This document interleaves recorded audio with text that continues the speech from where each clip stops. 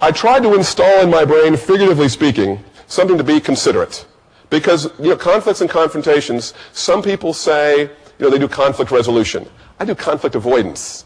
It is so much easier not to get in trouble than it is to get out of trouble once the relationship goes badly. So I try to be considerate, which many times is which causes relationships to go, because we're worried about our point of view and our side of things, so we're not being considerate. So I tried to get something put into my brain so that each time, really anyone, but especially my wife, says something to me, the alarm will go off and warn me, don't say something inconsiderate. Because I have a foolproof way to tell in a relationship if you're being inconsiderate.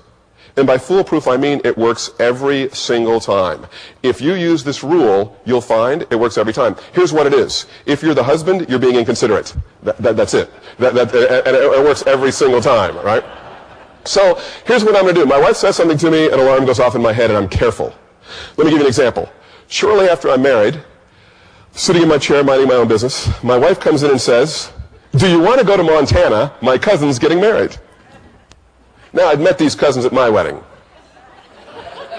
They were a rough group. Really didn't want to go, right? But I didn't say anything, right? I started thinking. The alarm was going off. Be considerate, be considerate, be considerate, right? Now, what I'm thinking is, I remember back to kindergarten. Remember in kindergarten where you whispered something in one person's ear, went around the room, came back completely unrecognizable, right? This is the same thing even between two people. So in this situation, I've got to be more considerate. And see, the situation is ordinarily I'd love to go to Montana. I'd love to go to Montana because we could go to the wedding and spend 2 weeks there. But this was the busiest weekend of my life.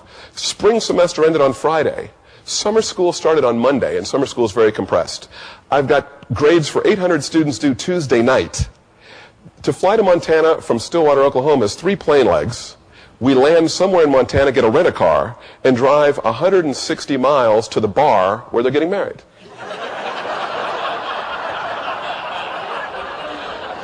And the plane tickets were almost $1,500 each. Right. So the truth is, between you and me, I didn't want to go, right? But here's what I did. I tried to do that thing from kindergarten. I tried to start with, well, there's what she said, but I wanted to go back to what she's thinking. And what she's thinking is, does my husband love me enough to go to Montana on the busiest weekend of his life, right?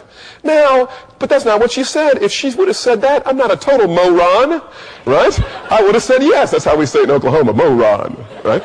I'm not a total moron. I would have said yes, right? So what she's thinking is, does my husband love me enough? What she said is, do you want to go? What I hear is, do I have to go? But what I'm thinking is, do I want to spend $3,000 on the busiest weekend of my life to fly to the middle of nowhere because a bunch of my wife's barefoot, toothless relatives are having a hoedown? And the answer to that is no. But what I said was, that sounds interesting. And it completely saved the day. It completely saved the day. Because if I had said no, how would the story have ended? I'd have told you how much fun I had in Montana, right? And I probably would have had fun. But because it would have been, she would have tried to figure out how it would be possible to go. And the sad thing is she's coming to the banquet tonight, and she hates me to tell this story, so I need none of you, if you see her, none of you tell her. Because she always said, do you tell that Montana story? No, dear. Right? But the point is, if you say no, when you say no, you can say it in a very, very, very nice way. We had a guy who worked with us, and he started at the same time I did. We said, do you want to go to lunch? He's like, no. Do you want to go to lunch? No. We asked him twice. 10 years later, we never asked him again, because he said no twice, right? 10 years later, we asked him, he said yes. He said yes. He goes, yeah, those first couple of times I was busy. So we didn't ask him to go to lunch for 10 years, right? Because he said no twice, because human beings hate saying no. That's why salespeople make so much money, because they get paid for people to say no and still get up the next day and go back out there, right? Because human beings hate to say no. We've got another new guy this year, and he's a piece of work. You say, hey, Pappas, that's his name. You say, hey, Pappas, you want to go to lunch? He's like, lunch? That sounds great. I'd love to go to lunch with you guys, but unfortunately, I'm working on this project, so today I'm going to have to pass. Well, we've asked Pappas 40 times. And he's only gone to lunch with us 5. But we keep asking him because of the way he says no. He doesn't even say no. I have to pass, right? Which is a much nicer way. Now,